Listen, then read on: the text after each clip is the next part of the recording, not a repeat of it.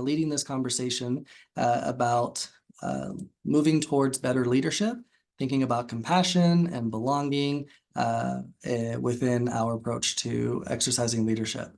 So with that, I will turn it over to Corey Williamson and Tamara Bauer. Thank you very much for being here.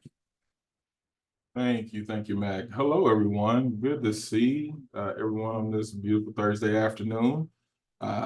Looking forward to the conversation today, and that is exactly what our hope is that we'll really be focused around conversation. So as Mac said earlier, I'm Corey Williamson. My official title professionally here on campus is the Assistant Vice President for Diversity, Equity, Inclusion, and Belonging. But then also I am a peer of many of you, as I am also a student within the Leadership Communications program. So once again, I'm just looking forward to some continued conversation. With that, I'll pass it to my marvelous partner, Tamara. Yeah, good afternoon, everyone. I don't know about you, but I am thrilled that the weather is feeling a little more spring-like and less winter-like today. And we are looking forward to this dialogue with you all. My name is Tamara Bauer. I work here in the Staley School of Leadership. I'm the director of our co-curricular programs, so our service and leadership programs, and look forward to this opportunity to talk about what leadership looks like as we center compassion, well-being, and belonging. So we know that this is, for most of you, you've attended several of these. For some of you, this might be your first.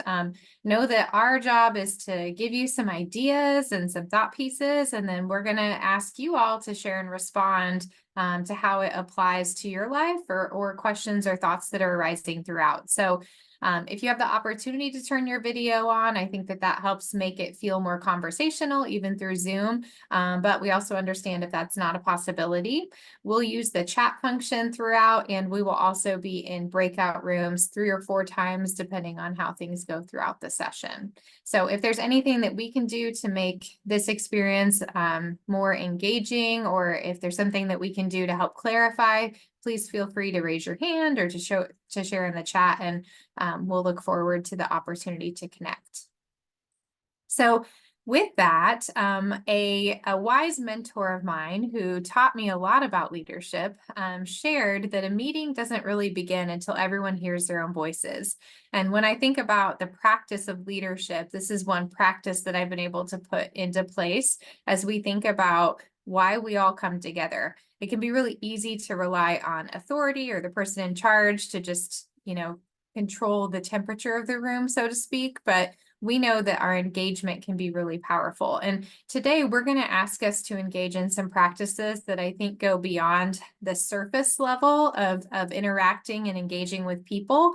And we're going to do that through our introduction activity. So in just a couple of minutes, you're going to be put into a breakout room with 2 other people. You'll have 5 minutes in that breakout room. And we'd love for you to introduce yourselves, so you can share your name, your pronouns, what graduate program you're part of, what you do for work or outside of work, anything that feels important. And then we'd like for each person to be able to reflect on, what does your name mean? And it could be that it's how you got your name. It could be the actual meaning of your name. It could be the story that you've heard about where your name, how you came to be named. This is an opportunity, again, for us just to go beyond. We're used to sharing our names a lot, but let's dive a little bit below the surface and unpack what our names mean.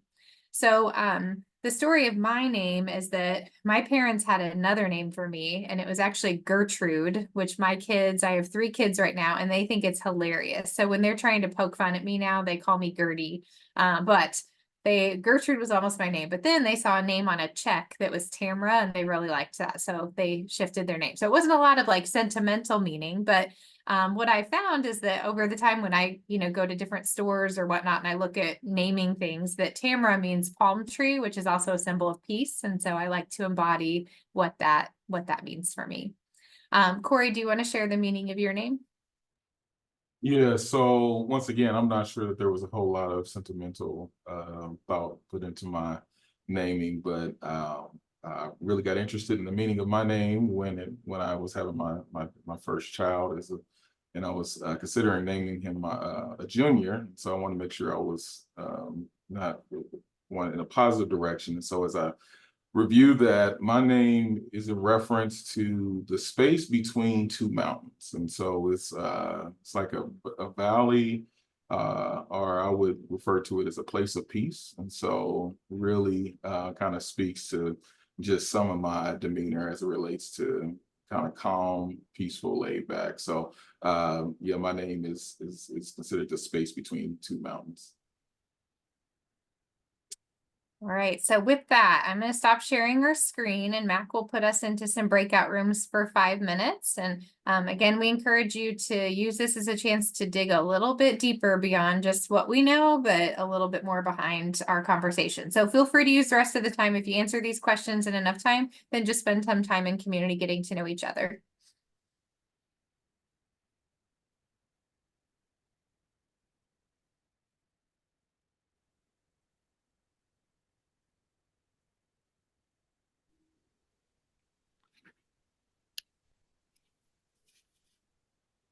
All right, welcome back, everyone. So I hope that that was an opportunity to, one, meet some new people or see some familiar faces from this program, and then two, to dig a little bit beyond the surface. And that's really our hope today. So we're going to be using a framework that's going to focus on 3 different areas of the Better Leadership Framework from the Center for Creative Leadership. And really, as Corey and I were revisiting this and reading, we were thinking that all of these practices ask us to slow down just a bit and to really center the person at the work that we're doing. And so even through the exercise we did, that would be one way where hopefully we'll ask you to reflect back on that moment and think about how you can put into play some of these practices that we'll engage in. So the article that we sent to you before this session is something that you can reference before or after, but it's going to dive into more detail as to what Corey and I walk through. But essentially, this move to better leadership is really, I think, a call to asking about what kind of leadership does our world need today, and what is required of us to collectively exercise leadership. So whether we are looking at leadership from a professional lens, meaning we want to build more collaborative and effective teams, if we're looking at it from a civic lens in terms of wanting to strengthen our citizenry and communities around us, we want to think about what are the practices that we can all do to create leadership as an activity. Practices that we can do that are going to support the kind of world and the kind of community environment that we want to live in, and that will help us build the practices and resiliency to overcome the challenges that we will inevitably face. And so what we love about this framing for the movement to better leadership is that it gives us really 3 clear action steps in terms of how we can practice leadership as an activity. So the framework that we're going to unpack is that leadership has a focus on compassion, well-being, and belonging. And so again, we're going to work through 3 different exercises as a group where you're going to be asked to share some thoughts, reactions with us, either in a large group, in chat, or in breakout rooms, and think about how we can all collectively put these ideas into practice. And what the research of the Center for Creative Leadership has shown is that when you build leadership practices upon these pillars of compassion, well-being, and belonging, that they can really help enhance and build the practice of leadership in a collective, meaning that anything we could do individually is only going to be stronger when it can be multiplied by that of a group. And so these are things, again, you can do in your graduate student program as you have, group homework or, activities that you're doing. If you're partnering with your team at work, or I even like to think about my family unit as a team and how we can think about exercising leadership and building this better leadership together. So one other image before we jump into compassionate leadership is that the reason I also know the Center for Creative Leadership is so passionate about this is because at the end of the day, when we think about leadership for what, why exercise leadership, we want to really think about the dignity of each person, right? How is it that we create a world, that we create a life where each person can thrive, knowing that we have individual needs, different backgrounds, experiences, opportunities? How is it that we can build that?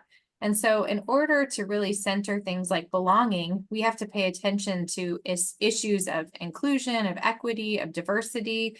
And what we love here is that it is adding in compassion and well-being to really centering the space of belonging where everyone can thrive, where we can really focus on the dignity of each person and think about all of us moving forward.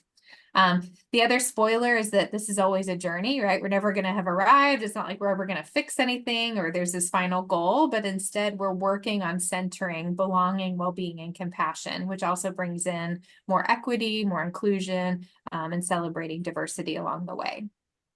So with that, we are going to jump into our first practice, which is leadership is compassion. And before Corey takes you into this, I wanted to share, again, this idea of leadership as an activity, meaning things that we can all do to put the practices of leadership into our daily actions. And in this article, the thing that stood out to me the most out of all the things was that a way to practice leadership is to have moment-to-moment acknowledgements of, I think, the real rich humanity that exists. So slowing down enough to ask what's hard, what hurts, what's joyous, exciting, or disappointing is a way that we can really listen with one another and hear beyond what just people are saying, but what's really underneath that. And if we can connect more on who we are in that connection, the ability we have to come together as people are going to be even stronger.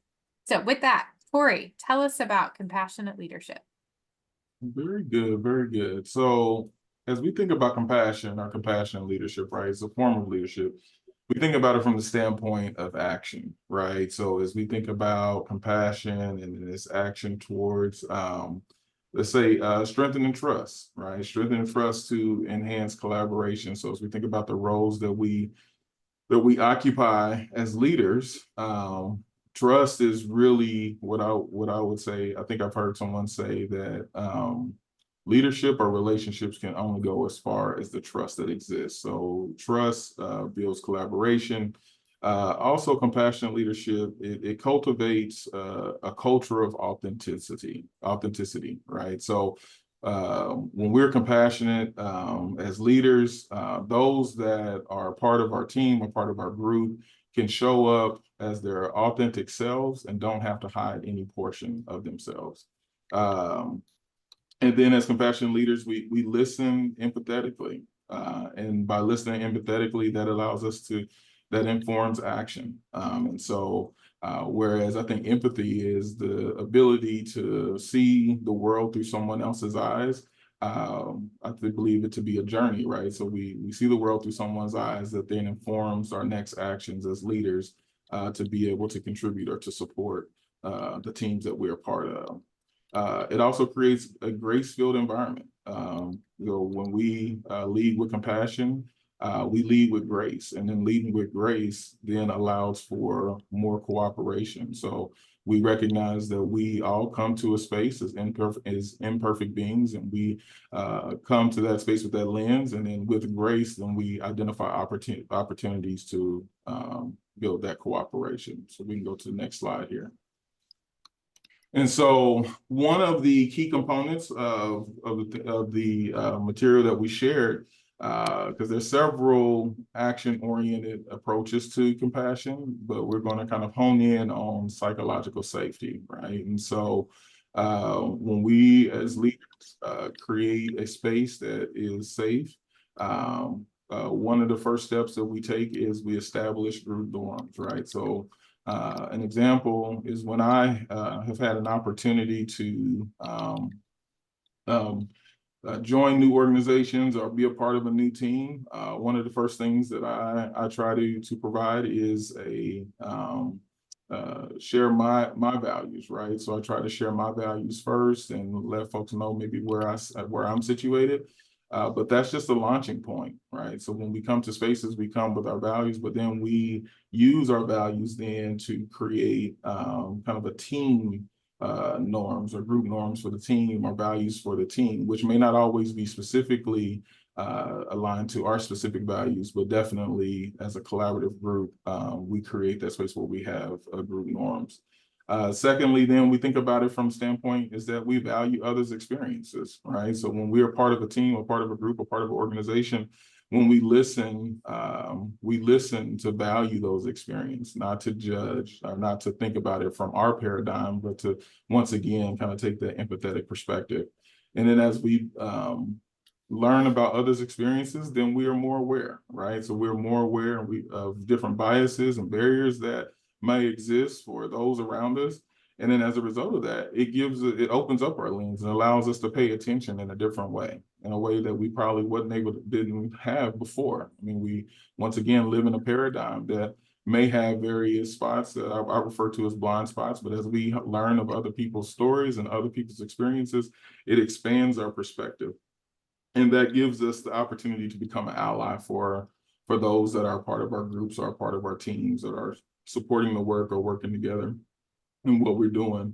And so as an ally, then from there, we then have an opportunity to apply our influence, right, to help create an even playing field for everyone that's a part of the team. So as we think about psychological safety, we think about it from the standpoint of how do we create space as a group, as a team, for everyone to be able to excel and be able to come together.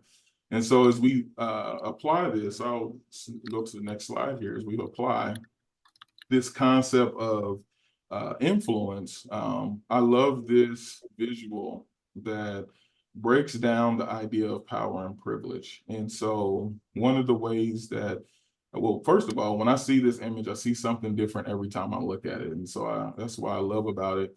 But one of the things that really stands out to me as we think about compassion and psychological safety, when we recognize the systemic power and privilege that exists in our environments and our organizations, one of the things that has really been highlighted for me is this idea of privilege really can be also framed as influence. And so if we think about the privileges that we hold, we can also reframe that into the perspective of how can we influence the environments that we exist in, that also helps create and support those that are around us, that once again show up as compassion.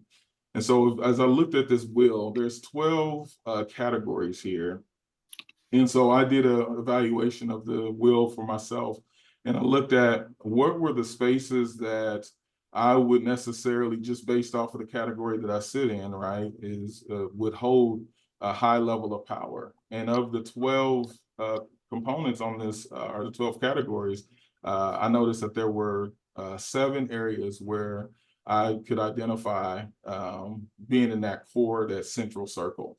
And so if I think about those categories and how they show up, and I know it doesn't necessarily apply across the board for everyone that holds these identities, but as I think about those areas and where it shows up, I think about those opportunities that I can have influence, whether it be in my professional role, my academic role, and so forth, to where I could demonstrate or use that influence to demonstrate compassion. And so as you think about compassion, as we've talked through this, one of the things I want to ask you to do is if you could just put in the chat examples of how you could, or how you've seen compassion demonstrated. So it can be something as simple as holding the door open, or it could be something as broad as how you've supported or how you've been supported on your academic journey. And so if we go to the next slide, Tamara, an example that I would put forward is, I don't know if anyone can identify, but when you're in various other areas or driving around, I spend a lot of time in Kansas City. And so periodically I find myself at intersections where there are folks that maybe have home insecurities. And so when I observe the potential home insecurity, I'm always thinking about how could I be a support and help. And I'm always, I don't carry cash very often, but one of the things that I started doing is just keeping gift cards in my car. And so if I come at an intersection and someone is in need, then it's just a matter of providing a gift card that's probably $20 to a common meal location, maybe McDonald's or a local gas station. And so as we think about how we can apply compassion in practice, I like this kind of self-reflection of Is there a way that we could demonstrate 7 acts of compassion daily? So break it down by, providing or offering compassion to at least 2 people that you are close to. And then also being intentional about offering compassion to those that you don't always see eye to eye with. And identify at least 2 opportunities a day for those engagements. Maybe 2 opportunities to demonstrate compassion to a couple of strangers. And then I would say, most importantly, how do we make sure that we create space for creating and offering compassion to ourselves? And so as we think about how do we apply this, I'm seeing some amazing examples that are showing up in the chat. And so I would encourage us to inventory those examples. And so as we think about this challenge for us on a daily basis of how we can demonstrate leadership through compassion, maybe we can use a couple of those as we apply this in our day-to-day practice. So I gave some opportunity for sharing in the chat. Is there anything that resonated as it relates to examples or opportunities to demonstrate compassion that anyone would like to share with the group?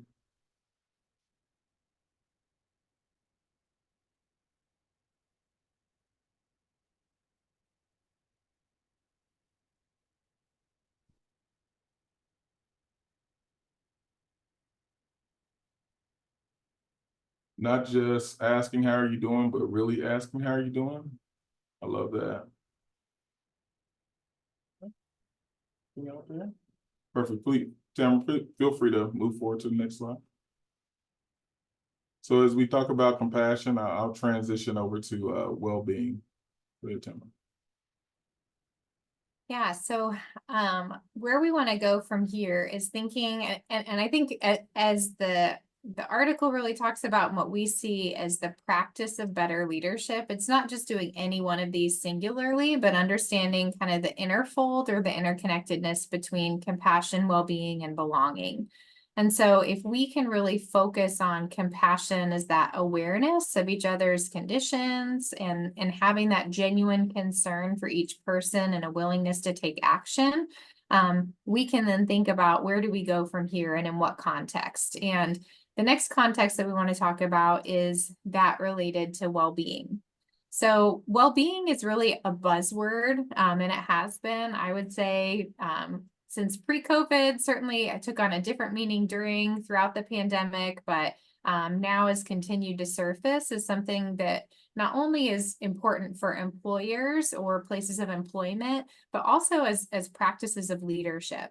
And we know that our overall well-being and our ability to function is essential for us to be able to do what we need to do to live better. But it also really results in higher levels of overall satisfaction, whether that be satisfaction at work, within our family, or in our community lives. The question is that when we think about well-being, it really is a unique journey that each person experiences. What well-being is and looks like and how we practice it is going to be individual. It's going to be related to the identities we hold, to our cultural backgrounds. And so it becomes something that we can't just, I'm going to say commercialize. We can't have a technical fix to, like I remember seeing early on, like support your well-being, go take a bubble bath. And I'm like, that sounds terrible. I'm not sure that would ever contribute to my well-being, right? Those are technical fixes. But what from a leadership lens does it look like to center well-being and to really help ourselves find well-being, but also create spaces where we all strive for that level of well-being? So, the Center for Creative Leadership talks about 6 keys for well-being. And I'm going to ask as we go through these that you'd be willing to share a couple of thoughts in the chat as we talk through each one. So the first one is purpose. So for us to really feel that sense of well-being, we have to have a sense of purpose in what we do. So if we can find intrinsic value and meaning in our day-to-day tasks or in the overall organization's mission, we're going to feel that sense of purpose. And so I'd love for you in the chat to write what's something you do in your day-to-day life that really gives you purpose. Not just what you do, but the meaning behind it, the values that you see, maybe the alignment that you have with yourself and the work that you're able to do. For me, I was just having this conversation actually earlier in a performance review meeting that I was having with another staff member here. And we were talking about of all the ways we could spend our hours and spend the ways in which we're doing things, what draws us to this work in higher education and what draws us to the work that we get to do specifically in the Staley School of Leadership. And that alignment for us really came from doing things in an intentional way to hopefully create better spaces for the people around us. And that can be paying attention to things where there is injustice or providing more opportunities through, service events or through big things like education. But that sense of purpose really fuels us that maybe we wouldn't have in a different space. Whereas others might really find purpose and value in what they're doing and being able to fill out those strengths. So yeah, just Jason, thanks for sharing that in the chat. What else gives you a real sense of purpose about your day-to-day work? Maybe it's why are you in graduate school? What's your connecting purpose to that? And if you can get really clear on your why behind your what, that's going to be a way that you help really center purpose in your life.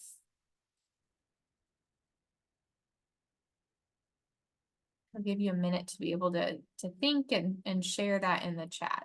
What's something you do in your day-to-day that gives you a sense of purpose?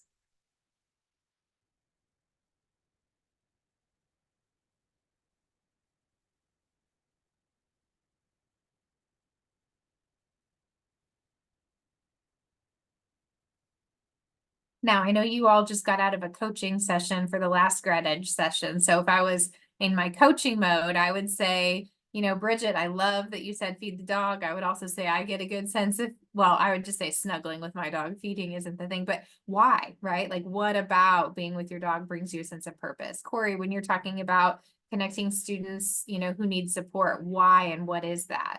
So even the coaching practices can really help us dig deeper and beyond just that initial idea of what that is, which I would also say is an act of compassion. To sit with someone and really listen to their why is a way to go beyond that surface. I love it. Learning something new, right? Taking the time to make a difference, being a problem solver, seeing growth in self and others. I love it. So taking time to connect to purpose is a way that you can center your well-being, but also help others focus on well-being.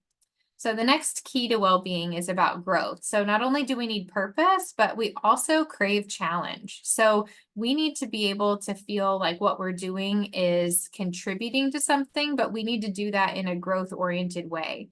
How many of you have heard of growth mindset versus fixed mindset? Just by a show of hands. Yeah, several people.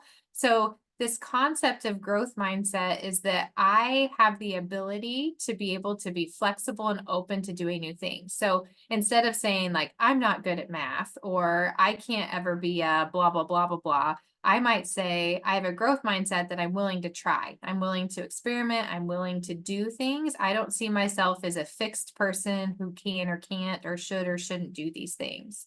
And so we need to be environments that help us grow, that help challenge us, but in ways that we feel like we can be innovative, that we can take risks, that we can try new things, and that failure isn't just a yes or no, like zero-sum game, but instead it's just more data for us, right? Like that we tried something different. My seventh grader had his very first track meet yesterday. And so he was jumping hurdles and he'd never, or I'm sorry, the high jump. He did hurdles yesterday, but I'm gonna talk about the high jump. And so he'd practiced high jumping at track practice. There's like 140 kids that are out for track and they have a string that they jump over. They don't actually have like anything to actually practice. So his first time ever going over the high jump was at the track meet. And so he jumped out like too far. And so he cleared it, but on the way down, he was too close. So he hit his back and knocked it down. And he did it for all 3 times. And so we were so proud of him for trying. We're like, how do you feel about it? And he's like, oh, I was terrible. I'll never do that again. And I'm like, was that your first time? And he's like, yes. And I was like, well, how do you expect to be good? We've never done it. But how many times do we do new things? Like even if it's a new update on my phone, right? Or something like that's hard and we get frustrated and we immediately think about failing. Instead, we need to really prioritize this idea of growth and how we move forward. So I'm not going to ask you to share this in the chat because this might be a little more personal, but I want you to think like, where's an area you might be able to see yourself in a growth mode instead of just in a failure or fixed mode, to be able to say like, hey, I tried it. I got some data. Now I need to try again. And I'm laughing because I'm supposed to get a new phone and it's like terrifying to me because I'm like, I'm going to be in a growth mindset all the time instead of just being like fixed mindset, like can't do it, can't use it, don't know how to make that work. So think about that and what you want to engage in. Oh, Jason, drop in the deep thoughts. I love it. Love it, love it. Okay, so our third focus on well-being is on health. And certainly we know that healthy bodies, healthy minds are an important component of wellness, and that they can contribute to our own ability to do reasoning, problem solving, learning, creativity, growth, work, and all the things that are happening. And our brains need our bodies to function well, and likewise, vice versa. We need to be able to have a healthy mind in order to have a healthy body. And so the connection between good health and leadership effectiveness is going to be really strong because we can only, it's like the saying, we can't pour from an empty cup. If we're exercising leadership, we have to think about how we are, how good we are, what we have in our cup to be able to pour from it. And so I'd love for you to think about if you were to prioritize your health in some way the remainder of today, what would that action step be for you? For me, it's going to be drinking 2 cups of this water because I'm not a great water drinker and I know I need to drink a little bit more. And that might seem silly, but I will often put all other things aside because I won't drink my water. I'd rather do all the other things I need to do and not prioritize water. So that's one thing as I was preparing for today that was like, I can prioritize my health by finishing my water. So in the chat, we want you to think about what's one thing you could do that would prioritize your health even yet today. Love it. Great ideas.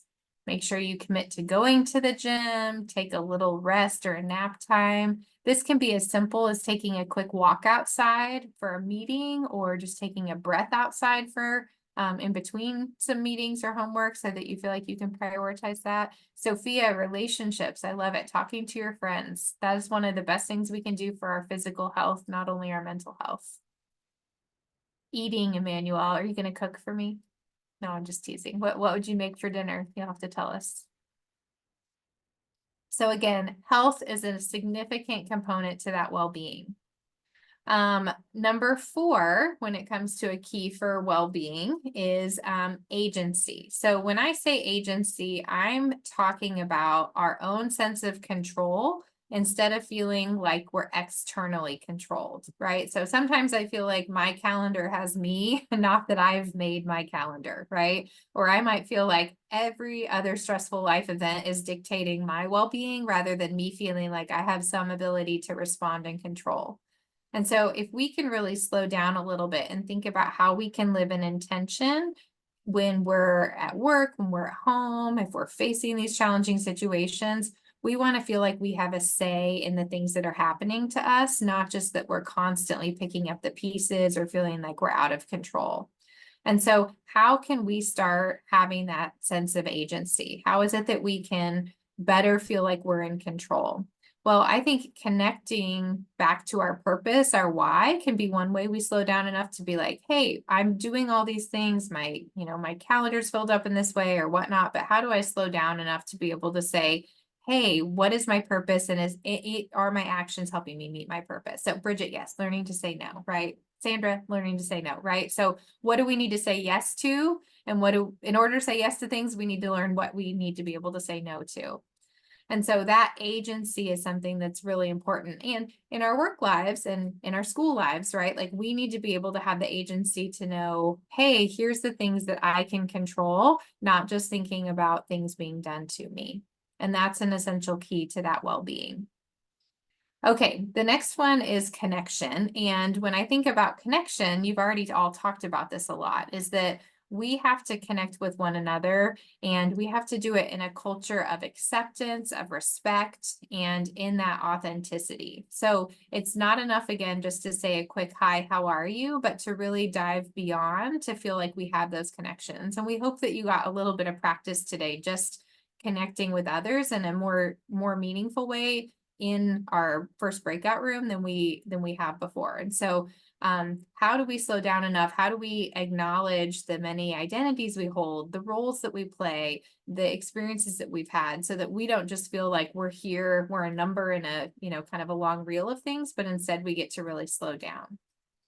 Okay, and as a preview, we're going to let you talk about these in a minute. So I'm going to share the last key for well-being and then have you all have a minute to share in some breakout rooms. So the last one is resiliency. So we will all benefit from a level of resiliency because as we experience life and we experience these challenging changes, we want to know that we have a sense of something to back us up and that we feel like we're going to be able to push through those bumps in the road and not just feel like, again, the bumps in the road have us. And so taking the time to talk about what helps us be resilient, what helps us bounce back, what helps us center ourselves in a way that even when things get hard and we might need to sleep more, we might need to rest more, we might need to do something differently, that we can really try to understand that that is part of this overall well-being and that I have the resiliency to be able to create the space and the care to move forward. So these are 6 areas, and I'm seeing several people write these notes down. If not, I'd encourage you to just maybe grab your phone, take a quick picture of these because you're going to use these in a breakout room that we're going to put you in just a minute. So 6 keys to well-being. We kind of talked about each of them individually. And then in just a second, I'm going to change slides and give you what our prompt is going to be. So none of these are quick fixes. None of these are technical. And if we do them in just one day, we might need them in a different day. We have to really build this culture of well-being. And so one of the leadership practices that we can all do is have a conversation around well-being. And again, because all of them are so individual to us and our own experiences and our identities, we can't just assume that what I need is what Sydney's going to need or what Bridget's going to need. And so what we're going to give you an opportunity to do is to practice having this intentional conversation with someone else about your own well-being. So we're going to put these 3 questions to you in the chat. You can spend all of your time on one question. You might get to question 2. You can pick whichever question you want to answer, but this is an opportunity for you to really unpack your own sense of well-being, but also listen to what someone else's needs are around well-being. So the first question would be, from your perspective, what does it mean to be well? And so you might reference those 6 areas or those 6 keys, if that's helpful.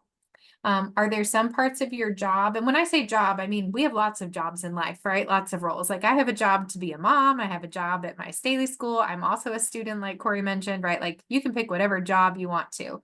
But what brings you energy and feels more meaningful, and what responsibilities feel most aligned to your own sense of purpose? And then that third question is, if you're facing a challenge or setback at home or at work, do you know how you can find support? So again, don't feel the pressure to answer all these questions, but we wanted to give them to you in case you have time. Pick and choose which one sounds the best and really think about how do you have a conversation on well-being as we move forward. So this time you are going to be with just one other person in the group, and you'll have 5 minutes before we come back and join as a large group. So here are those 3 questions, and Mac, whenever you're ready, you can pop us into breakout rooms.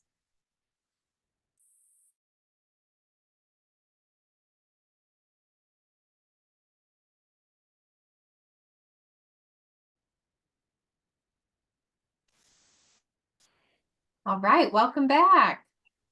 So I'd love to pause for a minute and open it back up to the big group. Based on the conversations that you and your partner had, what's standing out to you as you think about centering well-being as a movement towards better leadership? What's going through your mind? What would your conversation kind of illuminate? Thoughts in general for the good of this group. Okay. Oh, sorry.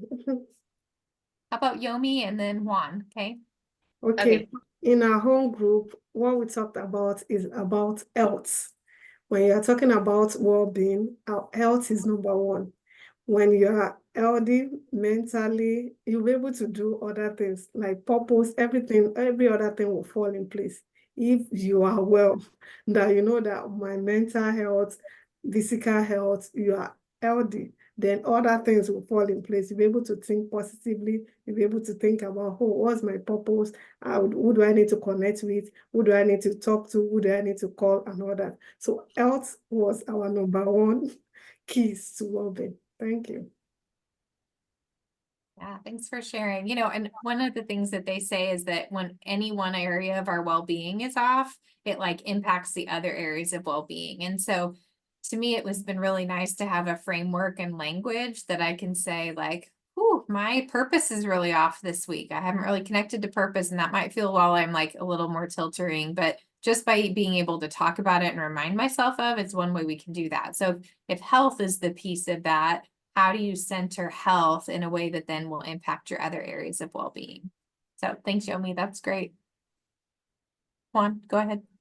Yeah, so I think what stand out to me is that when we share about well-being, I shared about physical health. That's the most important well-being to me because whenever if I'm lack of sleep or I'm not eating well, I feel so cranky and I couldn't do anything else well.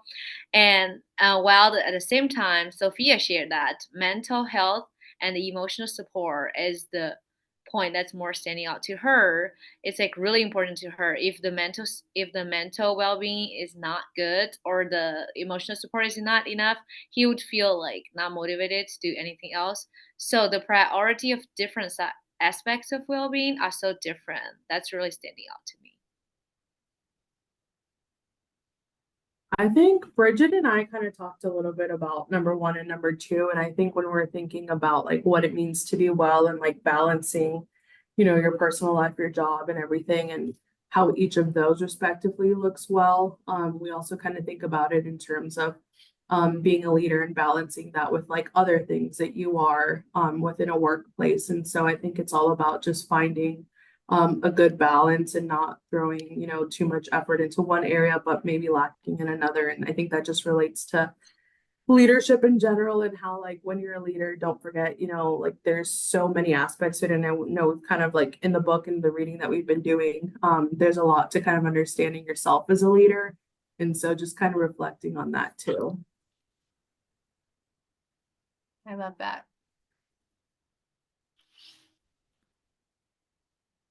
Sydney, what you're also talking about, and this is the push to leadership, is that I think we've asked you to reflect on your own well-being related to these 6 key areas.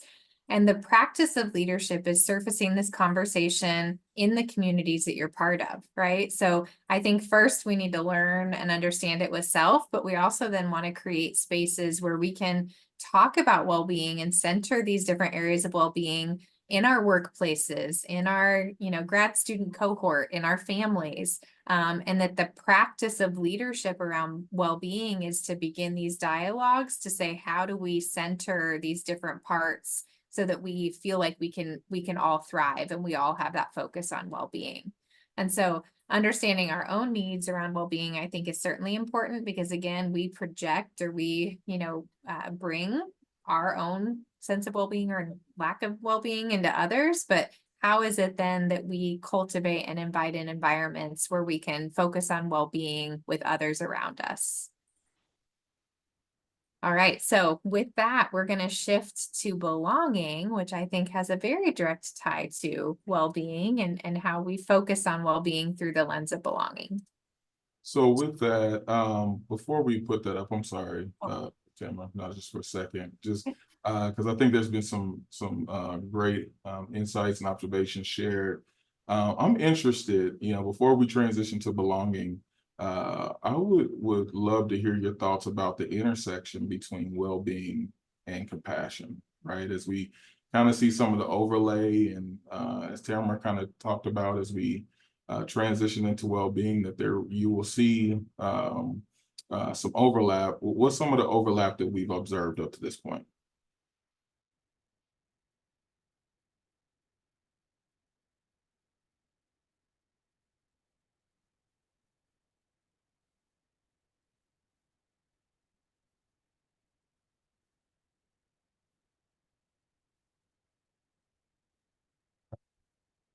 Now, it's two observations here. One, I just enjoyed the space. Go ahead, Manuel. Go ahead. Oh, thanks. Thanks, Corey. I just want to mention that you said something, I think, through the presentation, that well-being and being compassionate. And I think if you don't look after yourself first, you cannot be compassionate to others. So, and I think that's very, you have to look after, and I think Leomi also touched on that when she was given the feedback on the group about why health is important. If you're not healthy and if you're not in a good frame of mind, it's difficult for you to be compassionate towards other people. And you said something about you keeping gift cards. You feel good about yourself. That's why you could look after other people. So how do you make sure that you first take care of yourself? You look after your own well-being. You're not being selfish, but I think when you have that opportunity to care for yourself, and that's where the overlaps come between well-being and being compassionate, in my view. Absolutely. I think Tamara said it as well, as you can't pour from an empty cup, right? So if you're not taking care of yourself, or if you're not being compassionate, or and I think there's a note here that says the having compassion for yourself is very, very similar to the conversation around well-being, right? And so I really, as we think about those intersections and the overlap there, I would love to kind of continue talking about, belonging, but once again, it's important for us to see kind of where those areas connect and intersect. And then I also see, Sophia, the question as it relates to the difference between empathy and compassion.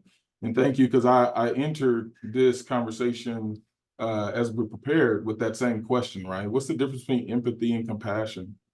And so the way I have understood empathy is the intentionality and the ability to see the world through someone else's eyes, right? To take the time to get an understanding from someone else's perspective instead of my perspective. I think what sets compassion apart, or maybe is the next step from empathy, is the actions that we take to demonstrate, right? And so we can be empathetic, right? And we can say, oh man, I hate that the circumstances are what they are. But as leaders, I think we are then also inspired to take action on the observations or understandings that we have as it relates to supporting our team or supporting our community. And so as we talk about whether it be privilege or whether it be influence, how do we use the spaces that we occupy to support those around us? But Emmanuel, as he said, it's hard to support those around us if we are not necessarily in a position to have our needs met. And so that's where it's a shared expectation or a shared experience amongst the community. It's a cycle or a circle. It says the empath is thinking, feeling, and then compassion would be the action. Absolutely, absolutely. Love that. Love that. All right, we can go ahead and move forward with belonging. And please feel free. We promised a discussion, so at any point, please feel free to interject. So if anyone sees some other overlap or intersections between compassion and well-being, please feel free to share as we move forward. And Tamara, you can go ahead and put the slides back up. Thank you. So the third piece to becoming or being a better leader, because I know we're all phenomenal leaders in our own right, to becoming a better leader, is this idea of fostering or supporting belonging. I know we have some thoughts about belonging. Tamara is one of our resident experts on belonging, I would say. She has been doing some of her PhD work, so I look forward to hearing some of her insight as we talk through this.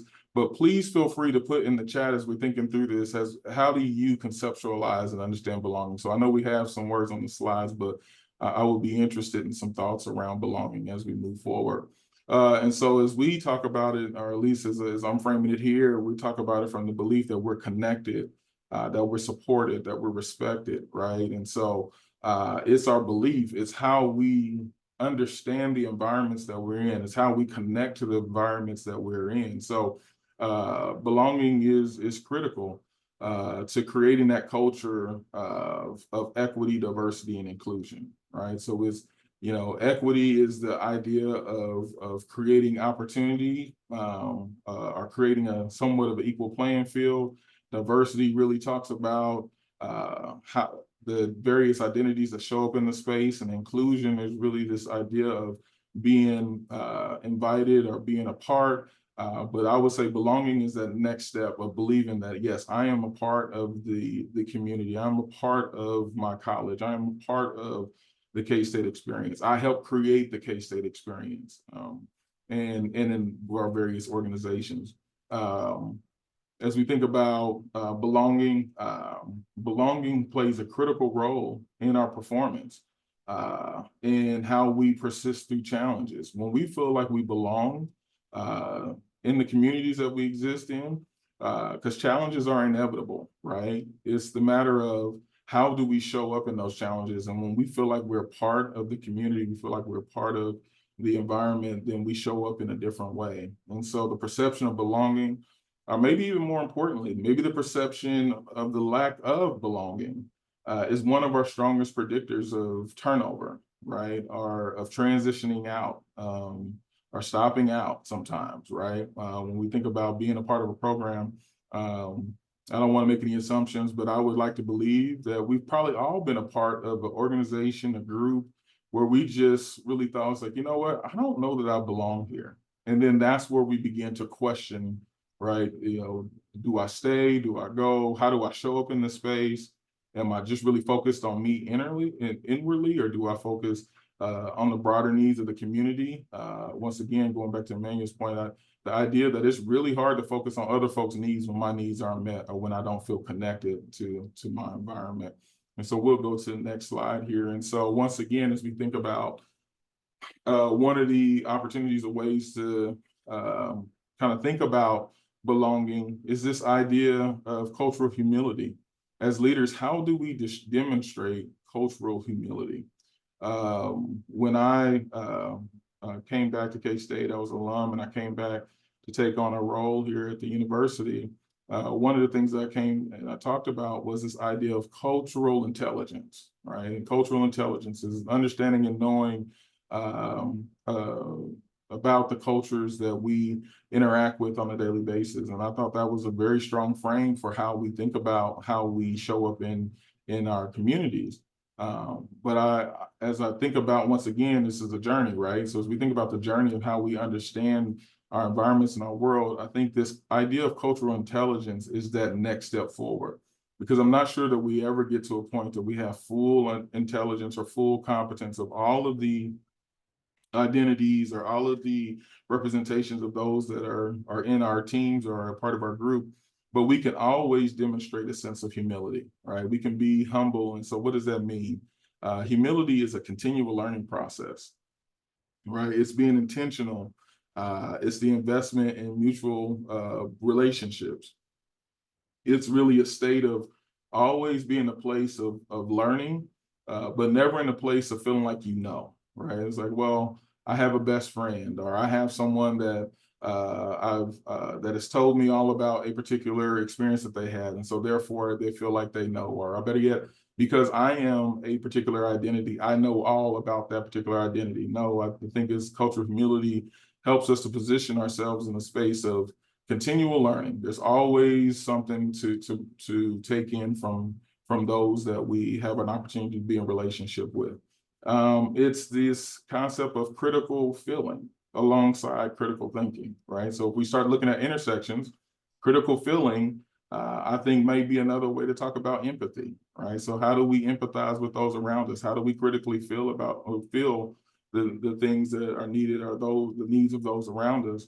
And then it's a matter of solidarity, right? I stand with you. It's not necessarily I'm sacrificing for you, or charity, right? It's we are in this together. We're in this program together. Those that are part of the leadership communications program, I think there is a great sense of, you know, we're gonna get through this program. We're gonna work together. We're gonna learn from each other. We're gonna learn together. And I'm sure there's a lot of programs that are represented today that has very similar kind of a very similar posture.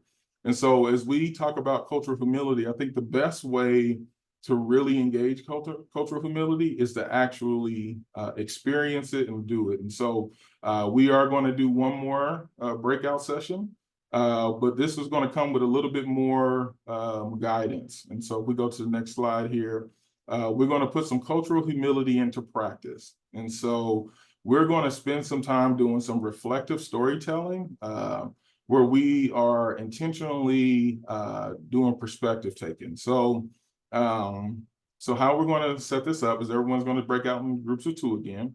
But each pair will be given 5 minutes. So each person will have approximately 2 minutes, so you get to about that 2-minute mark and then maybe you start wrapping up and then the next person gets an opportunity to tell their story. So this is not as much of a conversation. This isn't necessarily about going back and forth. This is an opportunity to have a time to intentionally tell your story, as I shared a prompt in just a moment. But then on the other side of that, it's an opportunity for you to intentionally listen. And so we'll ask the listener to be aware that you're not necessarily kind of interjecting. You know how we've been taught to actively listen, to give the uh-huhs and the shaker heads and to, just make sure folks know we're engaged. I mean, by all means, we don't want to necessarily make folks feel like they're just talking to a wall, but we want to be intentional about our listening so that way you're fully taking in what's being shared. And then please keep in mind that you are sharing the time. So once again, it might not be a bad idea to have maybe that timer, keep a close watch on that or have a timer in front of you. So we'll go to the next slide and just kind of share the prompt here. And so cultural humility in practice. So when we break out into our groups, I want you to take a moment to share when you felt affirmed in your culture. What impact did that have on you personally and or professionally? And so as we break out, the question is, share a moment when you felt affirmed in your culture. What impact did that have on you personally and or professionally? So thinking of a story or an experience that you've had that you can share with your partner. So with that, we'll go ahead and break out.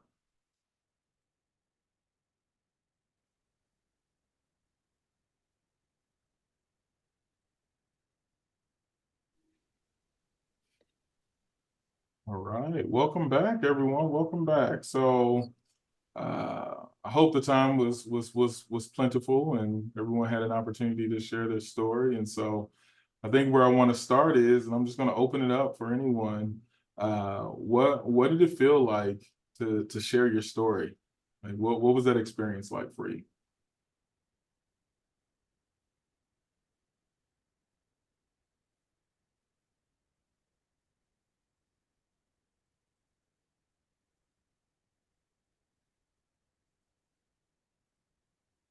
When we think about it, we feel like we had plenty of time. Was it nice not to be interrupted for once? Maybe, I don't know what in family environments we come in. I come from a family environment of 7 kids I grew up with, so it was hard to get a sentence through without getting interrupted. So maybe I'm projecting here a little bit, but what was it like to tell your story?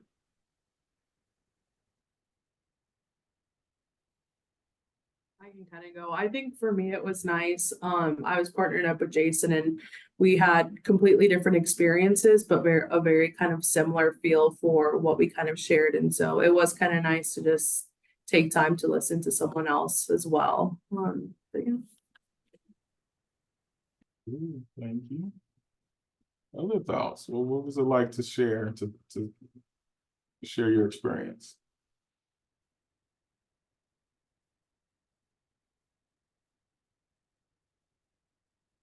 Hi, I was partnered up with Emmanuel, and even though I didn't really have much of a story to share, I absolutely loved how he introduced himself and had me think of something that I'm grateful for. And it just started off our interaction with a very extremely positive note. That's great. So am I hearing that maybe it was a little challenging to kind of think it through a kind of like an initial story that would align with the prompt? It also sounds like it was great to have a partner that would help kind of give us a boost or kind of help us think through a different way to think about the question. Any other thoughts on the storytelling side of this? Maybe we'll come back to that portion. What was it like to listen? How about that? What was it like to listen, to take in someone else's story? Once again, kind of frame it around cultural humility, and to perspective taking. What was that experience like for you?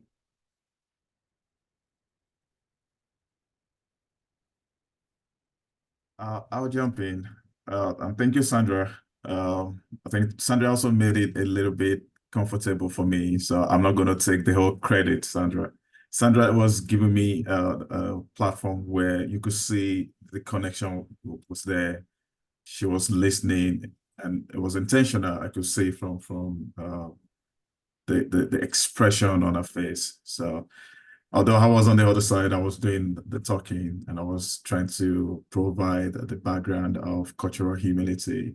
And I've also tried to adapt that, because when you look at talking about cultural differences, and I was given an example of growing up in Lagos, Nigeria, you don't look into your father when the father is talking to you. It's not a sign of weakness, but it's just a sign of respect. So coming over to US, when you look down, people might take that thinking, oh, you're weak, or are you scared? So you need to learn to see that it's the cultural background, and it's a little bit difficult to shed some of the things that has been part of your life growing up. And I was about to say to Sandra about looking at my kids now. My kids look at me straight into my eyes, like, no, what are you saying, Dad? I'm like, oh, you dare not do this with my father. So the kids are not even taking that. Look at me, knock me on my head at times, like, oh my God. It just shows you the changes and the cultural differences of our lived experience. I didn't touch my father's head till he passed away. So it's just to see different things now. Once again, I love that. Thank you for sharing that. And it goes back to perspective taking, right? I mean, some of the assumptions that we make just within our cultural dynamic, depending on where we grow up or how we grow up, and then to hear a different perspective, and it's like, yes, I mean, and then you can see the differences, and then it creates some enlightenment on how when me and Emmanuel engage next time, maybe the assumptions that I would have made in those conversations up front, maybe I won't make some similar assumptions, right? And so the opportunity to listen there was very much so an expansion of my paradigm and perspective. Other examples of listening.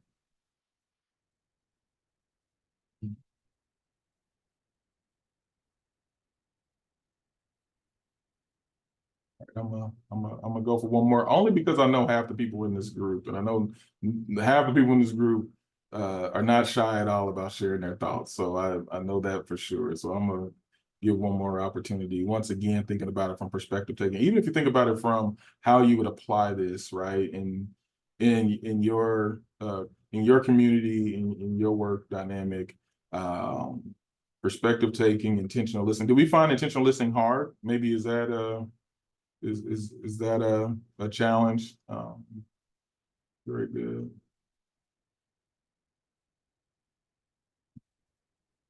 I saw some definite no's, so say more. Say more.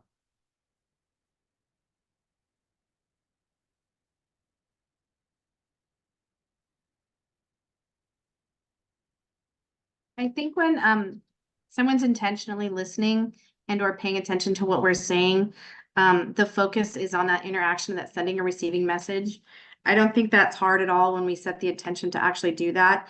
It's when we're trying to multitask and listen while we're doing other things that it becomes difficult and challenging, because you're trying to really hear what their message is, but you're also doing something else, so your attention split. But when you put that attention where it belongs in the conversation, I think it's one of the most beautiful ways of communication that we have. Thank you, Bridget. That was beautifully said. Very, very well said. The idea of priority. And so I love that, because I think that kind of really wraps up a lot of what we've been talking about. I think for those of us that have been in some of these different conversations around well-being, around compassion, around belonging, I don't know that there's always new content, but sometimes I think it helps to bring it back to the surface, right? And think about it from, how do we prioritize these particular skill sets are these particular actions in our leadership. And so very good. I appreciate you all taking the time. I think we're going to go ahead and kind of transition into kind of bringing all of these together. And so Tamara, please go ahead and take it from here. Awesome. So to continue on with the dialogue, we want to give us a couple minutes to weave these three together. So again, this article that you can read more in depthly about is really talking about how we build better leadership, how we practice better leadership, what kind of leadership is needed today. And it's this three-chord strand of compassion, well-being, and building belonging. So I'd love for you to just take a couple moments, whether it be in the chat or if you'd be willing to unmute, if you were to say in your own words what this means, like what we talked about, what we explored today related to better leadership and compassion, well-being, and belonging. How would you describe that? I think there's a lot of power when we can take somebody else's words and put them in our own words. So what did we talk about? What's making sense to you today?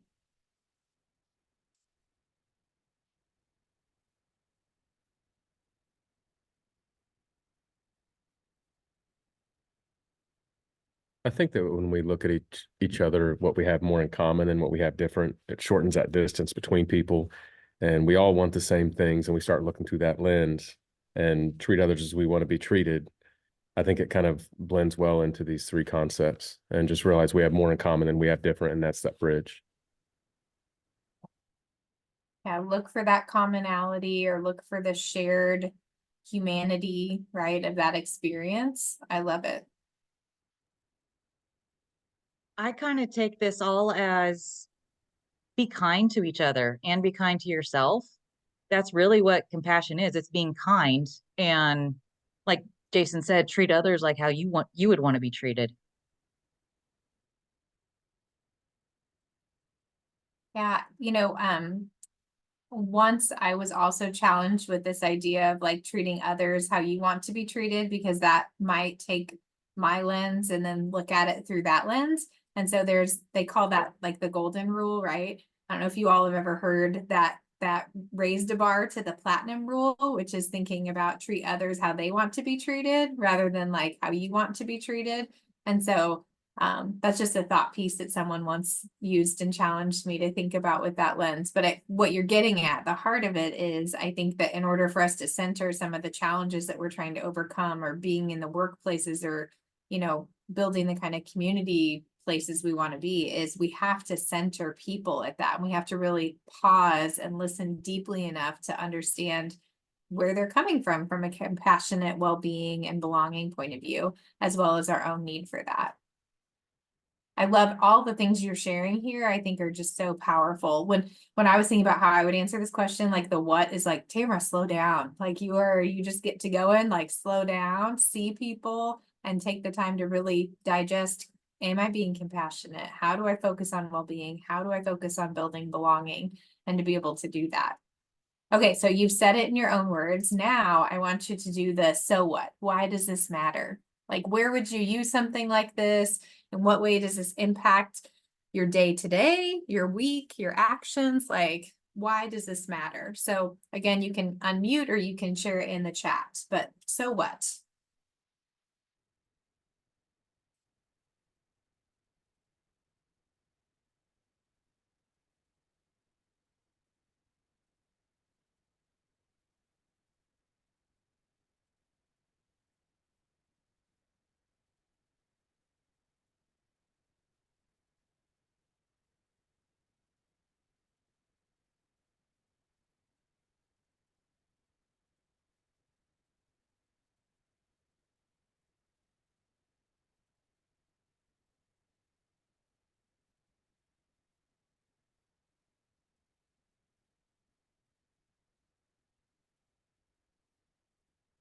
Yeah, thanks, Bridget. It impacts all areas. We all want to be seen and heard, and taking time to set intention to do so for self and others is meaningful.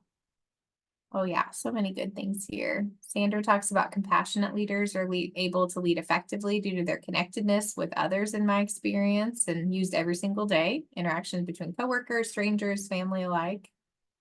important because this is how I need to treat my students and when I advise them and how I work with my team.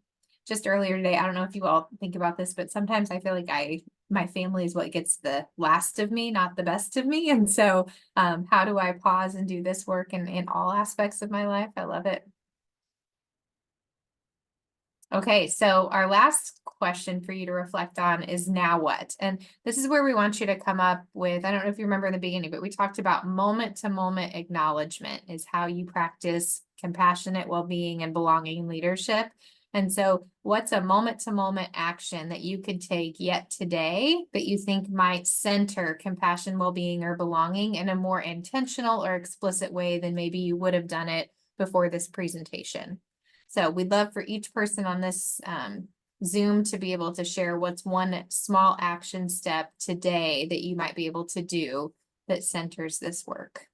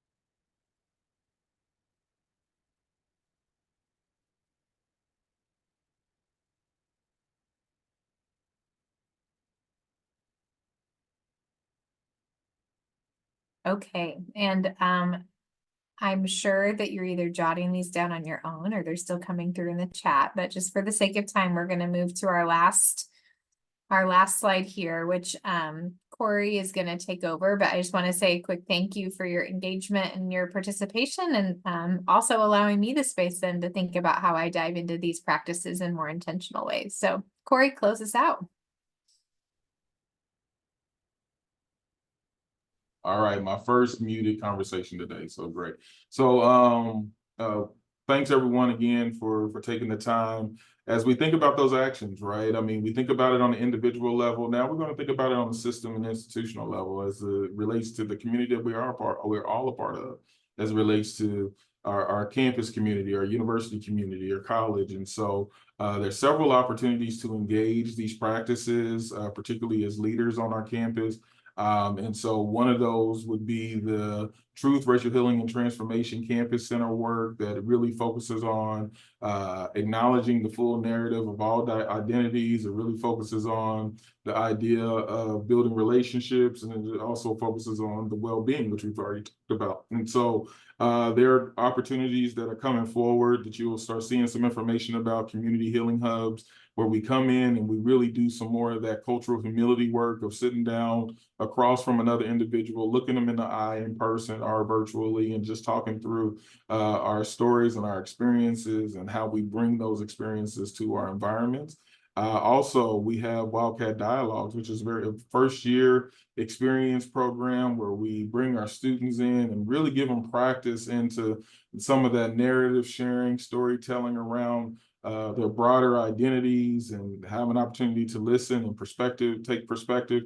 And that takes place typically in the fall. We're anticipating sometime in September, likely, that experience will be taking place. And we're always looking for great facilitators to assist with that work and partner with us there. And so I anticipate you will learn more about that.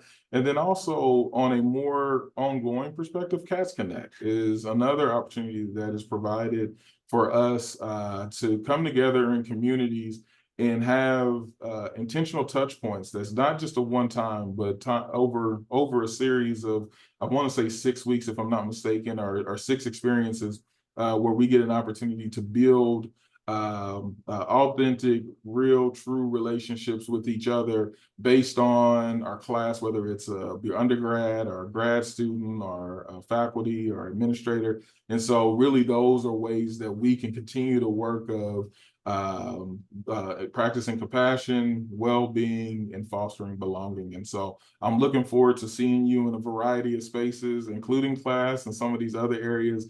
And we really enjoyed this opportunity to be together. So thank you so much for your time and attention. All right. Thank you very much to our facilitators, Tamara and Corey.